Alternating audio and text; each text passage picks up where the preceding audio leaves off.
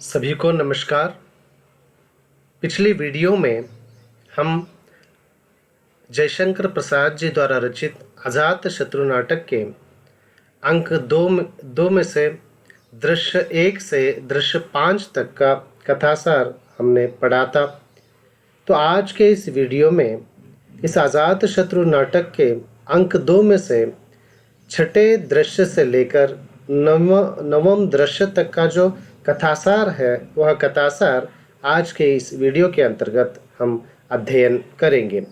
तो पिछले वीडियो में हमने देखा था कि 5वें दृश्य में सेनापति बंदुल की मृत्यु हो चुकी है और उसकी पत्नी मल्लिका, जो अपने पति के दुख कष्ट को सहन करने के लिए भगवान से शांति और साहस की वह याचना करती है और गौतम बुद्ध के प्रति श्रद्धापरक भाव व्यक्त करते हुए कहती है कि हे भगवान, तुम्हारे उपदेश सुनकर मन निर्मल हो जाता है, मन को एक प्रकार की शांति मिल जाती है।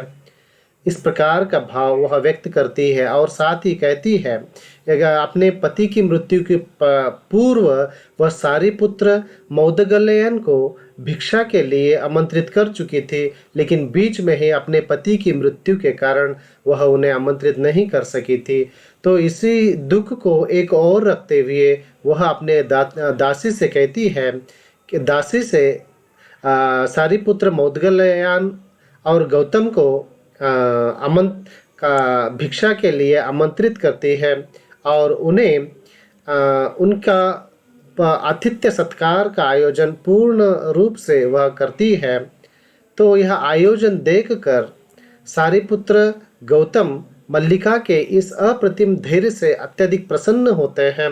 प्रसन्न होकर वे आनंद से कहते हैं, आनंद, तो इस मूर्तिमती धर्मपरायणता से कर्तव्य की शिक्षा लो की बात गौतम बुद्ध करते हैं। और उसी दृश्य में हम देखते हैं कि प्रसेनजीत, जो मल्लिका को विधवा बनाने का जिम्मेदार है, वह भी आकर मल्लिका से क्षमा याचना करता है।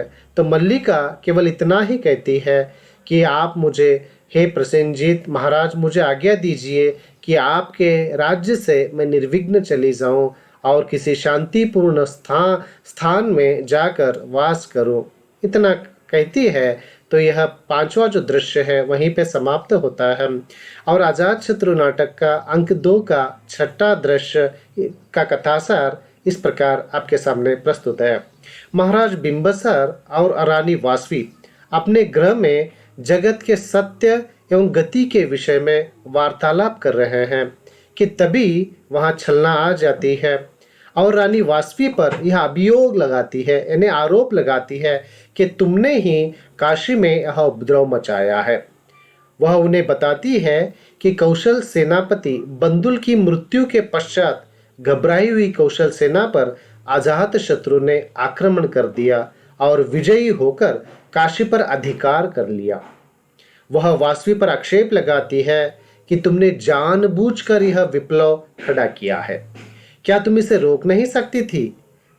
क्योंकि वह तो तुम्हारे पिता से तुम्हें मिला हुआ प्रांत था, उस पर तुम्हारा पूर्ण अधिकार था। अगर तुम चाहती तो इस विप्लव को रोक सकती थी, लेकिन तुमने इसे नहीं किया। तो उसी समय जीवक वहां पे प्रवेश करता है और वासवी को यह सूचना देता है कि मागंदी का षड्यंत्र भी खुल गया है। कौन सा षड्यंत्र? तो देखिए, मागंदी जब उदयन के द्वारा पद्मावती के पास से जब वीणा मंगवाई जाती है, तो उस वीणा में सर्प का बच्चा रखने का काम मागंदी ने ही किया था, लेकिन उसका आरोप पद्मावती पर लगाया गया था और उसी गलतफहमी में उदयन भी था। लेकिन उदयन को इस बात का पता वासुदत्ता के द्वारा जब पता चलता है, तो मागंदी वहां से भागकर काशी आ जाती है और श्यामा नाम से वह रहना शुरू कर देती है। मागंदी का यह जो षड्यंत्र था, उसकी जो चाल थी, वह चाल का पता अब महाराज को पता चल गया है। कहते ही वासवी को एक प्रकार की खुशी का अनुभव होता है और जीव कह रहा है, राजकुमारी पद्मावती का गौरव पहले जो था उससे और भी उनका गौरव बढ़ गया है और पति पत्नी के बीच में अब किसी प्रकार का द्वेष अनबन नहीं है की बात कहता है। और कहता है महाराज प्रसेनजीत भी घायल होकर युद्ध भूमि से लौट गए हैं। यह सुनकर बिंबिसार जीवक से कहते हैं कि जीवक अब तुम विश्राम कर सकते हो, क्योंकि अब और कोई समाचार सुनने की इच्छा मुझे नहीं है की बात ये छठे दृश्य में बिंबिसार करते हैं। तो यह छठा दृश्य यहीं पे समाप्त होता है। सातवें दृश्य में हम देखते हैं कि कौशल की सीमा पर बनी मल्लिका की कुती यानी झोपड़ी मकान के द्वार पर बंदुल का जो भांजा है उसका नाम है दीर्घकारायण। तो मल्लिका के प्रति वह दुख व्यक्त करते हुए वह कह रहा है कि आपने युद्ध में घायल प्रसेनजीत की सेवा करके एक सर्प को जीवन दान दिया है। तुम जानती थी कि तुम्हारे पति का हत्यारा प्रसेनजीत ही है, लेकिन बावजूद भी उसके तुमने उसकी सहायता करके उसको आश्रय देकर बहुत बड़ा पाप तुमने किया है। तुम नहीं जानती कि वह विषैला सांप है की बात दीर्घकारायण मल्लिका से कह रहा है। मल्लिका का भाई ही है दीर्घकारायण। मल्लिका के कथनों से स्पष्ट होता है दीर्घकारायण और कुछ सैनिकों द्वारा प्रसेनजीत का साथ न देने के कारण ही मगध की सेना से परास्त और घायल हुआ है। कौन? प्रसेनजीत। क्योंकि दीर्घकारायण को इस बात की जानकारी थी कि अपने बहन का हत्यारा दूसरा कोई और नहीं बल्कि प्रसेनजीत ही है कि बात दीर्घकारायण को पता थी, इसीलिए वह युद्ध में प्रसेनजीत का साथ नहीं देता। तो न देने के कारण ही प्रसेनजीत युद्ध में घायल हो हार कर वह वापस लौट जाता है। तो उसी समय हम देखते हैं कुती से यानी झोपड़ी से घायल प्रसेनजीत बाहर निकलता है और पश्चाताप करते हुए मल्लिका के चरणों में गिर जाता है, क्योंकि मल्लिका यह सब जानकर भी उसके जान को बख्श दी थी, उसकी मदद की थी। इस महामयी जो आत्मा है, उसका जो उदार मन है, उसका जो बड़ा मन है, उस बड़े मन के प्रति वह अपने आप को तुच्छ समझता है और उसके चरणों में गिरकर उसे क्षमा याचना करते जाता है प्रसेनजीत। वह पश्चातापवश मल्लिका से अनुमति प्राप्त करके दीर्घकारायण को अपना सेनापति नियुक्त कर देता है।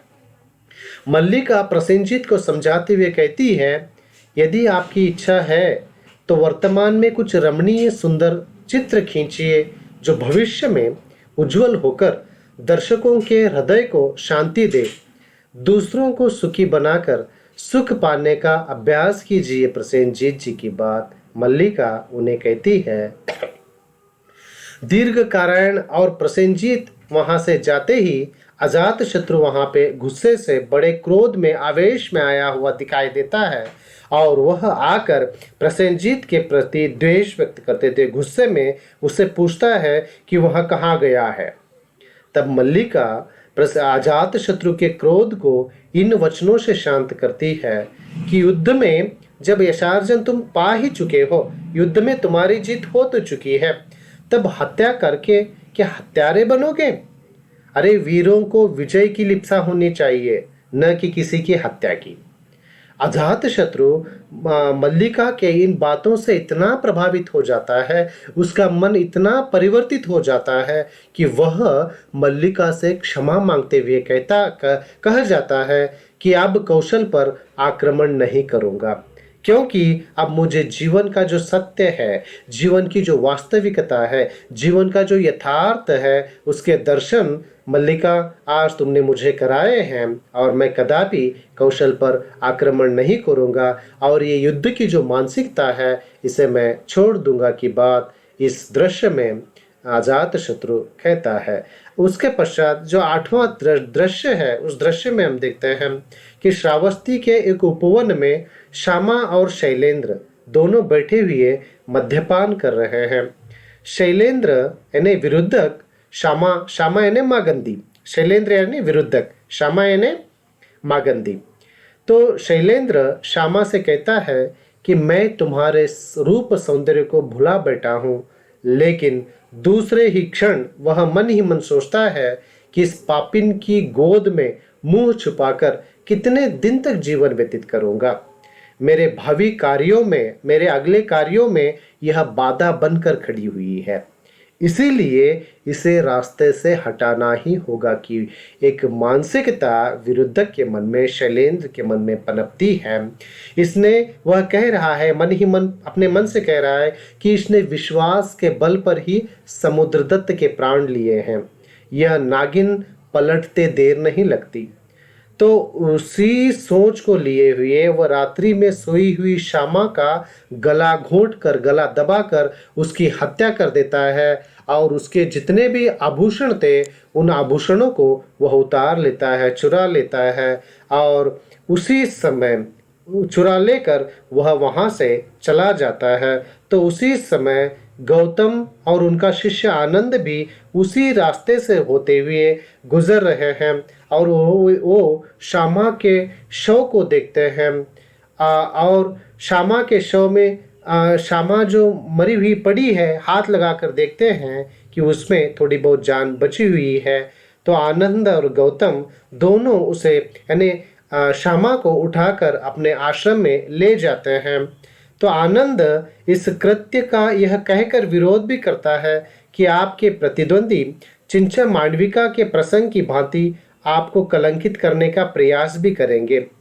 वह मना करता है, किंतु गौतम यह कहकर वो अपने शिष्य को यह निरुत्तर कर देते हैं कि क्या करुणा का आदेश कलंक के डर से भूल जाओगे?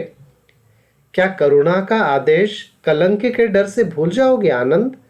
संग्राम में एकत्रित भीड़ में प्रवेश करने पर शैलेंद्र को ज्ञात होता है कि गौतम ने किसी मृत स्त्री को जीवित कर दिया है। जो श्यामा में अभी थोड़ी बहुत जान बची हुई थी, उसका उपचार करके गौतम बुद्ध ने उसमें जान भरने का कार्य किया था और इस बात की जानकारी शैलेंद्र को, यानी विरुद्धक को पता चलती है। विरुद्धक की माता शक्तिमती कौशल के जो नए सेनापति हैं, इन्हें कारायण, दीर्घ कारायण से वार्तालाप करते हुए प्रसेनजीत के विरुद्ध उसे भड़काने का काम करती है। प्रसेनजीत के प्रति एक द्वेष की भावना भरने का काम, उसके मन में द्वेष की भावना प्रसेनजीत के प्रति उत्पन्न करने का काम, उसे भड़काने का काम करती है।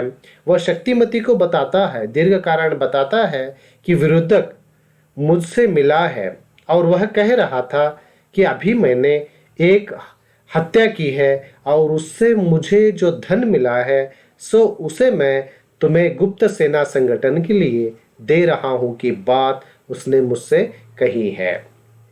उस युवक को देखकर मेरी आत्मा कांपती है की बात दीर्घ कारायण कहता है और कहता है कि मैं उस मृत स्त्री को देखने के लिए आया था, मरी हुई है कहकर देखने के लिए आया था, लेकिन उसे जीवित देखकर मुझे बड़ा भारी आश्चर्य हो गया। अगर वह पुनः जीवित नहीं होती तो अभी भी गौतम का सब महात्मापन भूल जाता। रानी शक्तिमती उसे यह सूचना देती है कि कौशाम्बी का दूत आया है। हो सकता है कि कौशाम्बी और कौशल की दोनों सेनाएं मिलकर अजात शत्रु पर आक्रमण करेंगी। उस समय तुम क्या करोगे दीर्घ कारायण? जब शक्तिमती उससे पूछती है तो कारायण प्रत्युत्तर में यह कहता है कि मैं उस समय मगध पर आक्रमण करके आजाद शत्रु को बंदी बनाऊंगा। इससे जाहिर है कि इससे अपने घर की बात अपने आप में ही मिट जाएगी, दूसरा कोई आ नहीं सकेगा, प्रवेश कर नहीं सकेगा। तो 8वें दृश्य में हम इसे देखते जाते हैं। 9वें दृश्य में हम देखते हैं कि कौशाम्बी के पथ में जीवक और बसंतक दोनों वार्तालाप कर रहे हैं। बसंतक एक विदूषक है, विदूषक यानी हंसाने वाला। बसंतक विदूषकों की भांति हंसने रोने की बातें जीवक के सामने करता है। तो इसी बीच वह इस तथ्य को भी प्रकट कर देता है कि आजात शत्रु पर कौशल और कौशाम्बी के द्वारा जो आक्रमण किया जा रहा है उसमें अजात शत्रु का कोई भी अनिष्ट नहीं होगा, क्योंकि यह जो आक्रमण है केवल अजात शत्रु को शिक्षा देने के उद्देश्य से किया जा रहा है। पद्मावती माता से शीघ्र ही श्रावस्ती के दर्शन भी करेगी की बात वह कहता है। और नवम दृश्य यहीं पे समाप्त होता है। हम जो 10वां दृश्य है उस 10वें दृश्य में देखते हैं कि मगध में छलना के प्रकोष्ठ यानी महल के एक किनारे रहने वाला जो कमरा होता है उस कमरे को प्रकोष्ठ कहा जाता है। तो उस प्रकोष्ठ में यानी जो द्वार होता है, मुख्य द्वार के पास में रहने वाला जो कमरा होता है उसे प्रकोष्ठ के नाम से जाना जाता है। तो प्रकोष्ठ में वह अपना जो पुत्र है अजातशत्रु उसके साथ वार्तालाप करते हुए अजातशत्रु को कह रही है कि अजातशत्रु को युद्ध के लिए उत्तेजित कर रही है, उसे प्रेरणा दे रही है, उसे युद्ध के लिए भड़का रही है, उकसा रही है। कौन? छलना यानी अजातशत्रु की जन्मदात्री। किंतु अजातशत्रु अपने युद्ध विरोधी विचार व्यक्त करते हुए कहता है, क्योंकि मल्लिका ने जो शांति की बात कही थी, हिंसा से होने वाले जो परिणामों को उससे बताया था, जीवन की जो सच्चाई है, जीवन की जो वास्तविकता है, जीवन का जो यथार्थ है, जीवन के यथार्थ से रूबरू जब कराती है मल्लिका, तो मल्लिका की बातों से वह बहुत प्रभावित होते हुए वह अपनी माँ छलना से कह रहा है, माँ युद्ध में बड़ी भयानकता होती है, कितने बच्चे अनाथ हो जाते हैं, कितनी स्त्रियां विधवा हो जाती हैं, युद्ध का दृश्य बड़ा भीषण होता है माँ, मैं युद्ध करना नहीं चाहता, मैं आज से ही युद्ध को छोड़ देना चाहता हूँ की बात छलना से जब कहता है तो छलना अजात के प्रति क्रोधित होते हुए वह कह रही है कि हे कायर, आंख बंद कर ले, यदि ऐसा ही था तो क्यों बूढ़े बाप को हटाकर सिंहासन पर तो बैठा। अजातशत्रु अपनी मां की इच्छा के विपरीत सिंहासन का त्याग कर पिता की सेवा करना चाहता था। जैसे ही वह कह रही है कि ऐसा ही था, इतना ही डरपोक तुझे बनना था, युद्ध ही नहीं करना था, तो अपने बूढ़े बाप को सिंहासन से वो हटाकर सिंहासन पर तो क्यों बैठ गया। तो अजातशत्रु कहता है, ठीक है माँ, अब इस सिंहासन का लोभ मुझे नहीं रहा, मैं सिंहासन त्यागने के लिए भी तैयार हूँ, और मैंने जो पाप किया है पिता को सिंहासन से हटाने का, उसके प्रायश्चित के रूप में मैं अपने पिता की सेवा करना चाहता हूँ। तभी वहां देवदत्त प्रवेश करता है और आजाद को कहता है कि अब पीछे हटने का समय नहीं है, अब तुम्हें कौशांबी और कौशल की सेनाओं का सामना करने के लिए तैयार होना ही चाहिए। इसी अवसर पर उसी समय में कौशल का जो राजकुमार है विरुद्धक, वह भी आता है और आजाद को युद्ध में सहायता करने की बात, यानी युद्ध में उसकी सहायता करने की इच्छा भी वह आजाद को कहता है, अजातशत्रु तुम पीछे मत हटो, मैं भी तुम्हारे साथ हूँ। लेकिन अजातशत्रु द्वारा विरुद्धक को शत्रु का पुत्र यानी जो प्रसेनजित है, प्रसेनजित हमारा शत्रु है, तो शत्रु का पुत्र भी हमारे लिए शत्रु कहकर उसके प्रति अविश्वास प्रकट करने पर विरुद्धक कहता है, केवल एक बात विश्वास करने की है, यही कि तुम कौशल नहीं चाहते और मैं काशी सहित मगध नहीं चाहता। वह यह भी बताता है कि कौशल का सेनापति कारायण यानी दीर्घ कारायण भी मुझसे मिला हुआ है, अतः कौशल की दुर्बल सेना पर तुम आक्रमण करोगे और कौशांबी की सेना पर मैं आक्रमण करूंगा, जिससे तुम्हें विश्वास बना रहेगा। मैं पिता के साथ स्वयं भी नहीं लड़ूंगा, क्योंकि कौशल से अगर मैं लड़ूंगा तो पिता के साथ लड़े जैसा होगा। यही कारण है कि मैं कौशांबी की सेना पर आक्रमण करना चाहता हूँ, और तुम जिसे अपना शत्रु मानते हो, प्रसेनजीत को अपना शत्रु मानते हो, तो तुम कौशल पर आक्रमण करोगे यानी प्रसेनजीत पर आक्रमण करोगे। तो अजातशत्रु और दोनों इस बात पर राजी हो जाते हैं और दोनों युद्ध की पूर्व तैयारी करके युद्ध के लिए प्रस्थान करते हैं। तो यहीं पे अजातशत्रु नाटक का दूसरा अंक समाप्त होता है, और इस अजातशत्रु का जो तीसरा अंक है वह अगले वीडियो में हम उसका पाठ करेंगे। आज के लिए इतना ही बस है। धन्यवाद।